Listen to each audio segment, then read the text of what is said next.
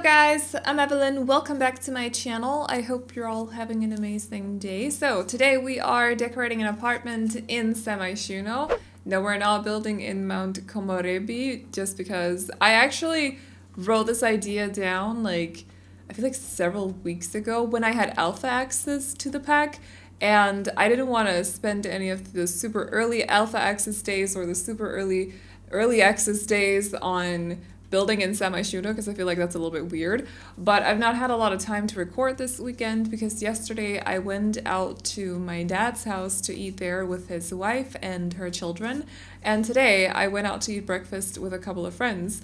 So I've not had a lot of time to record videos this weekend or since yesterday. So yeah, so I wanted to build this because I knew that it wouldn't take a lot of time to do, so it was the perfect time to use this theme and go through it and everything. So we are building what in The Sims would technically be, I want to call it a tiny or a micro apartment. However, if you look at real tiny and micro apartments, they're definitely a lot smaller than this. You can also get apartments that are called capsule apartments that are even smaller.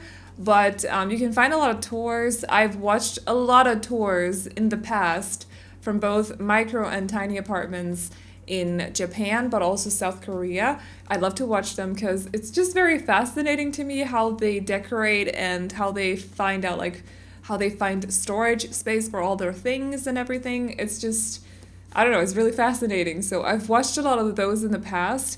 I did do a little bit of research for this apartment as well, just to remind myself of some things, or however you say that. I don't know. Language today is not working very well, so just bear with me. I'm just gonna warn you guys, I'm not on my A game. I went out, like I said, I went out to eat breakfast with a couple of friends, and then this video, the recording, is only 50 minutes long. That's not a long time at all. But I had to go take a nap halfway through recording this apartment because I'm just so tired today. And when I'm this tired, it gets kind of hard to do voiceovers for some reason. It's just I stumble upon my tongue all the time. I get tongue-tied, I suppose that's how you say it, whatever. But yeah, so language today, not easy. We're gonna get through it though, it's all good. But I've done research on micro apartments and tiny apartments as well in the past. So I know that this is not the smallest of the smallest, but I still feel like it's still pretty small. It's yeah, I took one of the apartments in the arts quarters and I split it up into two. So I might do more micro apartments, tiny apartments, if that's something you want to watch. But I might also do a Japanese family apartment instead if that's something you'd rather watch. So let me know which one of the two themes you want to see the most, and I'll take that into consideration before I start the other apartment. It'll probably be up sometime next week or the week after, depending on what I want to do for this upcoming week, because I have no idea right now. But as for the theme of this one, micro or tiny apartment, whatever we end up calling it, I definitely feel like real life tiny and micro apartments are a lot smaller than this. But we also have some limitations when it comes to The Sims, because in the real life versions of the apartments, they move furniture around during the day. So for example, they'll have, at night, of course, they'll have the bed out, but then or the futon, it'll probably be a futon, but then they'll push it away or hide it in a closet during the day, almost like a Murphy bed, but not entirely. And then they'll have the dining table out during the evening, or maybe something else during the day. So you can't really do that in The Sims unless you continuously, every day, take out furniture from your household inventory and then put some other furniture into your household inventory, so you kind of swap the furniture around, and I feel like that will get so tedious to play with. So we have limitations when it comes to that. I did not want to use the Murphy bed just because I feel like it doesn't really fit with the vibe, and I'm also not the biggest fan of the Murphy bed. I'm not gonna lie, it's not my thing. So instead, I decided to play around with platforms a little bit for the bedroom area. And then, of course, the bedroom area is super tiny, but it doesn't actually feel that tiny because it is in a bigger room. And the kitchen area is definitely a little bit on the bigger side, but I also didn't really want to make it smaller because I also wanted to make sure that platforms were working properly up there as well. So the apartment, if it was a real life apartment, it would definitely be a bit on the bigger side for a tiny apartment, but I had a lot of fun with this. I feel like we still kind of try to go for the theme and everything. It could be a little bit smaller, yes, but I feel like it works. Plus, I was having a lot of fun with the platforms and everything. I just wanted to make sure that they were working too. So I hope you guys like it though. Also, playing around with platforms is so much fun. I think I talked about a few bugs and glitches that they could have fixed, or they could fix, in my last video. So that was the Japanese A-frame house. I found another one because if you look at the ceiling in this house, there's like crazy shadows all of a sudden. I think it's because technically if you place down a platform, it's considered like it's considered a different room compared to like the different levels become different rooms. Does that make sense?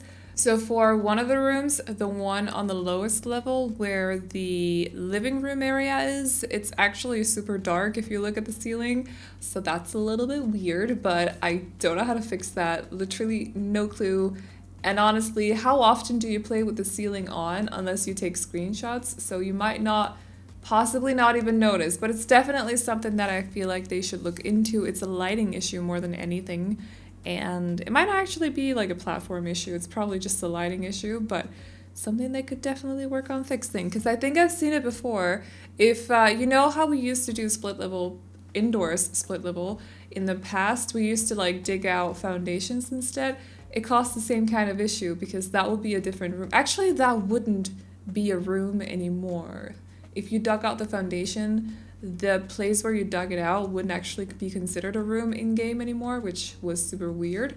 But you'd have the same lighting issue there. So that is definitely something they should look into because I think it would look a lot nicer if it's just a little bit cleaner.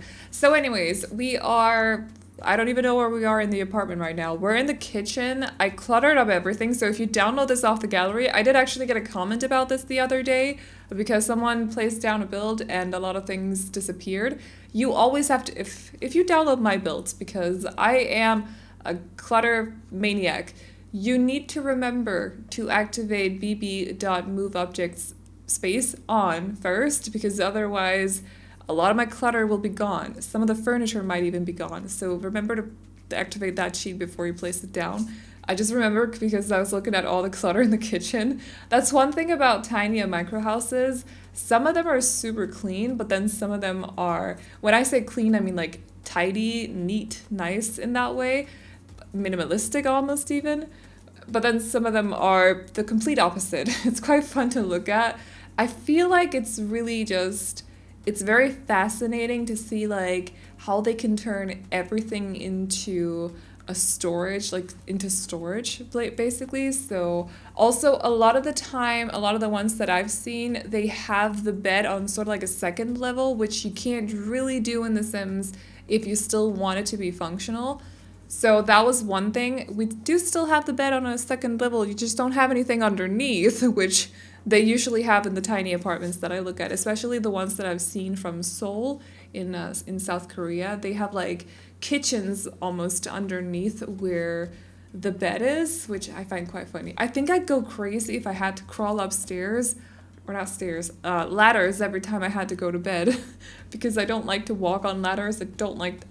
They hurt my feet, first of all, but also I'm a tall person. If I can't stand up straight where my bed is, I get so annoyed. It's just the worst start to the day. So I don't think I'd be able to do it, but it's quite fascinating to watch like how the apartments are designed with the layout and, like I said, the storage space they come up with and everything. So anyways, you should definitely go check out some micro and tiny apartment tours here on YouTube because they're a lot of fun to watch.